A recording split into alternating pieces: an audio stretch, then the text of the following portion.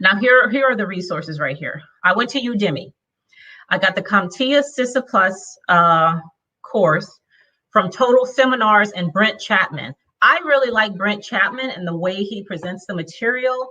I thought it was really good. It was engaging, and I really liked it. That was the first one that I completed. I went through the entire thing. Okay. Then I also purchased Jason Dion's course, and a lot of people talk about him. He's very good as well. He does a really good job going over the material. Plus, Jason had a practice exam at the end of his course. Okay. Also, the CompTIA Security Plus. Now, I'm going to get my CompTIA Security Plus next, but I'd already gotten the material because CISA assumes that you've already done Security Plus. Okay.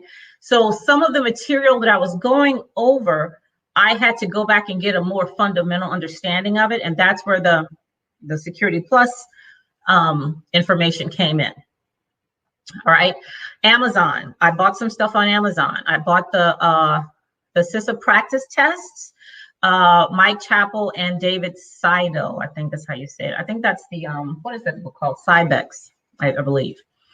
The Phoenix Project is a book, okay, that I purchased. Now, what does this have to do with the CISA? Listen, the Phoenix Project is about DevOps in an organization, development and operations working together, or DevSecOps also. It's really important to have an understanding of all the work that's happening in an organization, okay? Not just what you're doing in security.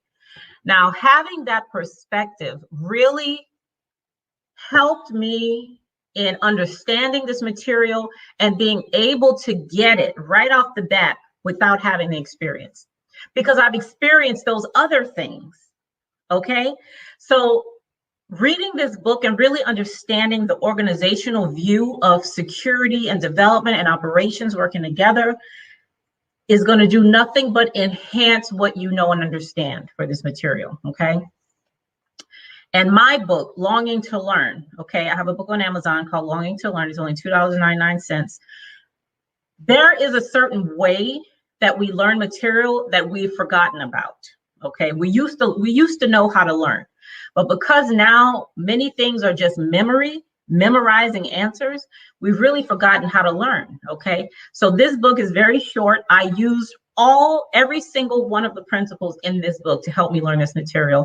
And it worked because I have a CISA, okay? I know people who work in a SOC, okay, have taken this test. And this is from people on Facebook that I see they're attempting to take the test and they're failing numerous times, okay? So I know that what I wrote works, okay? Because I don't have all that experience. Okay, yet and still, not only did I pass the test, my score is a lot bigger than some people who've worked in this area for a very long time. I'm just saying, okay, I'm just telling it like it is. All right, YouTube channels. These are some of the YouTube channels I subscribe to, and some of them I subscribe to, and some of them I went just to look at the videos. Power Cert animated videos was amazing. Okay, subscribe to this channel, especially if you need a really fundamental understanding of these things, and to see the comparison of how they work is very interactive. It's not just people talking to you. Power Cert animated videos is really good. Eli the Computer Guy, of course, is absolutely amazing. InfoSec Addicts, I spelled that wrong. Should be INFOSEC. InfoSec Addicts. Cyber Secrets, Professor Messer, I'm sure many of you are familiar with him. The New Boston is really good. He's really funny. And Grant Collins, who's a cybersecurity student. Now, these are just some of them. Listen, y'all, I was on YouTube, I can't even tell you. Anytime I came to a question that I couldn't answer, I didn't understand fully, I YouTubed what it was that I didn't understand, okay? It was more YouTube than Google. Okay, because I was trying to see, for me to learn, I have to see what you're talking about a lot of times, okay? Now, hands-on practice. I have not worked in this area. However, I do understand that I will learn more and retain more if I actually do it, instead of just watching somebody do it or hearing somebody talk about how they did it or anything. But me actually putting my hands on the keyboard and doing it. Okay, so I was in Linux a lot. I have Kali Linux on my computer. I was in command prompt a lot. I purchased practice labs. Okay, and I use the labs for CYSA and Security Plus. The Navy has a site. Let me share this with you real quick. I want to show y'all this, okay? The Navy has a website where they are teaching a course in cybersecurity. Here it is, okay? It's the SI 110 course or something, okay? This is the, not that one. This is the outline, okay? Why are we studying for cybersecurity? What are we studying? So in the outline, it goes through the cyber battlefield. Okay, these are all the topics, operating systems 1 and 2, operating systems 3. You build your own web page. They do SQL injection, cross-site scripting attacks, build a LAN. Now, some of this stuff I couldn't do because this course, they'd already set up their own proprietary stuff to have the students, you know, interact and do these things. But even though I wasn't able to do it on here, you know, just the instruction and some of the things I was able to do was so helpful. This stuff on firewalls, hashing, stenography, the forensic stuff, when you finally, you know, when you get into network attacks and defense and malware, you can tell that the person who created this stuff, like, really knew it inside and out, okay? And that's the kind of direction I needed, because I have a lot of questions when I do stuff. I got a lot of questions, okay? But this was just so good. So go to this website, look at some of these links, and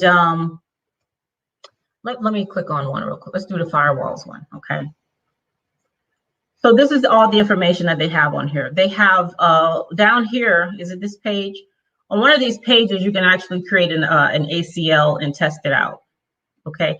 This is just really good. All right, so this was one of the best resources that I used to help me pass this test in 2 months, okay? In 2 months. All right, let's see here. Okay, let's go back to the list. So y'all make sure you go to this Navy page, okay? It's really, really good. Here we go, back to the Word document. There we go. All right, so that's the hands-on practice. The practice labs, how much were they? I think they were like $60 or something like that, but I got a discount because I know somebody who does this stuff. But the practice labs were very, very, very helpful. And so what's the website? The website is practice-labs.com. Now, CompTIA also has practice labs, okay? And the person that I study with, he got those as well. But honestly, I prefer practice-labs.com because they really go step by step. They show you the screenshots of what you should be seeing, okay? They just do a really good job of walking you through all the steps of the things that you have to do. CompTIA, not so much. And I don't know if that they're just assuming you should know or what. I don't know. I don't know what the deal is with that. But that's just my opinion. I prefer the practice labs over what CompTIA has, okay? Okay, that's the hands-on. Facebook groups. I also joined Facebook groups. I joined Women in Cybersecurity, okay, WeSys is what it's called. Very good Facebook group. Also Dion Training. He has an IT and certification study group on Facebook. He also has one on LinkedIn, I believe. So, so those two were helpful. Google Play. I downloaded the CSA Plus Cybersecurity Pro on Google Play. And if you go to Google Play, or I'm sure iPhone has it in the iPhone store, or whatever you call that. If you go there, then you can, the icon looks like it has a little spider in the middle, okay? That one was really useful. Now that one was like the, what I bought on Amazon, the Cybex book with all the questions in it. It had 1,000 questions in the book. Well, this app has 1,000 questions too. I did not get through all 1,000 questions. I just didn't. But like I said, for the CISA, do not expect to see the questions on the practice tests. Don't expect to see those questions on the exam. Okay, just don't. because chances are you won't. You might see 1, 2, or 3, but that's about it. Okay. But that was a good app because I could use that anywhere. I didn't have to be at my computer. You know, if I was sitting down, getting my hair done, you know, getting my feet done or something like that, I just, you know, pull out my phone and look at the questions, and they give you the explanation, same way they do in the book.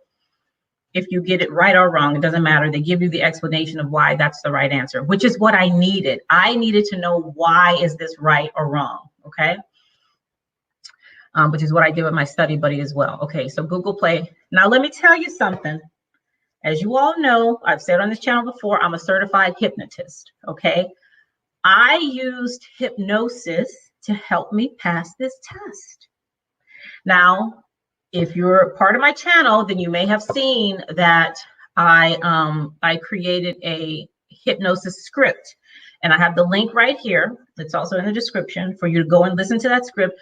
But there's also other stuff on YouTube that you can listen to. Listen, I'm telling you now, I have not worked in this area. Now, I did a lot of studying, as you can see, a lot of studying, a lot. But I also was able to tap into something else that we don't tap into. And it's not magical, it's not woo, it's not none of that stuff right there. It's practical, everyday stuff that we just ignore, okay? So I really feel like the hypnosis for exam success was really, really useful, okay? That's just me.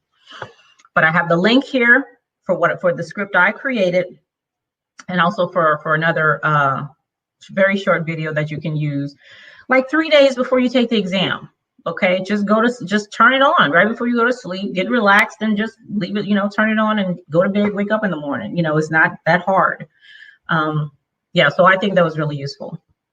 All right, so these were all the things that I did to help me pass this exam. And like I said, the first time I took it, I got a 730, which was a fail. But that is a fail. I have never been so proud of a fail in my life. I'm telling you, I was so proud of that fail, you know, because I did so well. And again, the CySA really requires you to use more than your memory. It's not just going to be asking you what's the difference between Metasploit and Nessus. Okay, that's not what it is. You really have to look at these scenarios, look at these logs. Make sure you study logs. Okay, logs are going to be on there. Study and understand that stuff. I even went a little bit, just a teeny tiny bit, into programming. Okay, and that's from InfoSec Addicts. Okay, he had a really good high level thing about what programming is and what the language is. I even wrote it, here it is, for programming. This helped me to answer questions. Ooh, can you see that? Right here. All he talked about was programming language is made of 3 things. He said loop, decision, and process. Anytime you see some programming, you're going to see a loop, decision, and process. Even that little bit of stuff, the logic of programming, helped me when it came to reading the logs. Okay, I didn't need to know every single symbol and what the backslash meant versus the forward slash and, you know, dollar signs and all that stuff. I didn't have to do that. I didn't have to go that far into it, but the little bit I did read and understand about programming helped. Plus all of the stuff I did in my 16 years in training development and evaluation. Yes, even that kind of stuff came into the fore when they talked about what kinds of decisions would be the best decisions to make for the organization. Nothing was left out.